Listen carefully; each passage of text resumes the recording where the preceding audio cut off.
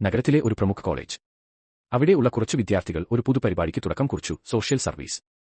വിദ്യാർത്ഥികൾ ആവേശത്തോടെയും സന്തോഷത്തോടെയും ഒരുമിച്ചു ചേർന്ന് എന്തെങ്കിലും നല്ലത് ചെയ്യാമെന്ന ചിന്തയിൽ. പ്രിൻസിപ്പാളിന്റെ ആരോഗ്യപ്രശ്നം കോളേജിൽ ചർച്ചയായി. സഹായം ആവശ്യമാണെന്ന് എല്ലാവരും കരുതി. അതുകൊണ്ട് അവർ പിരിവ് ആരംഭിച്ചു. കോളേജിന് സമീപമുള്ള എഞ്ചിനീയറിംഗ് കോളേജിലും സ്കൂൾ കുട്ടികളിലും പിരിവ് നടത്തി. 3 ദിവസത്തിനകം പിരിവ് വലിയ തോതിൽ വളർന്നു. നാണയങ്ങളുടെ ശബ്ദം, പിരിവ് ബോക്സിന്റെ നിറവ് എല്ലാം അവരിൽ ഒരു സന്തോഷം പകരുകയായിരുന്നു. അപ്പോഴാണ് അവർ ചിന്തിക്കുന്നത്, ഇത്രയും തുക പ്രിൻസിപ്പാളിന് ആവശ്യമില്ല. ഈ തുക ഉപയോഗിച്ച് തങ്ങളുടെ മാനസികാവസ്ഥ വളർത്താം എന്ന്. വിദ്യാർത്ഥികൾ ടൂറിന് പോകാനും അടിച്ചുപൊളിക്കാനും തീരുമാനിച്ചു.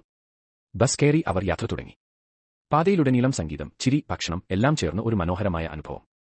യാത്രയുടെ അവസാനം അവർ ഇടപ്പള്ളി മാതാവിന്റെ പള്ളിയിൽ എത്തി. അവിടെ മെഴുകുതിരി കത്തിച്ചു, പ്രിൻസിപ്പാളിന്റെ ആരോഗ്യത്തിനായി പ്രാർത്ഥിച്ചു. ആ പ്രാർത്ഥനയുടെ പ്രകാശത്തിൽ അവരുടെ മുഖങ്ങളിൽ തെളിഞ്ഞത് സത്യസന്ധതയും നിഷ്കളങ്കതയുമായിരുന്നു. അതേസമയം കോളേജിൽ പ്രിൻസിപ്പാൾ പിരിവിനെക്കുറിച്ച് അറിഞ്ഞു. ആശ്ചര്യവും ദേഷ്യവും ഒരുമിച്ചു വന്നു. അന്വേഷണം തുടങ്ങി, ആരാണ് എന്റെ പേരിൽ പിരിവ് നടത്തിയത് എന്ന്. പിരിവിന്റെ ലക്ഷ്യം നടക്കാതെ വന്നു. വിദ്യാർത്ഥികളുടെ മനസ്സിൽ അതൊരു നല്ല ഉദ്ദേശം തന്നെയായിരുന്നു. അവരുടെ ആത്മാർത്ഥ ആരും കാണാതെ പോയി.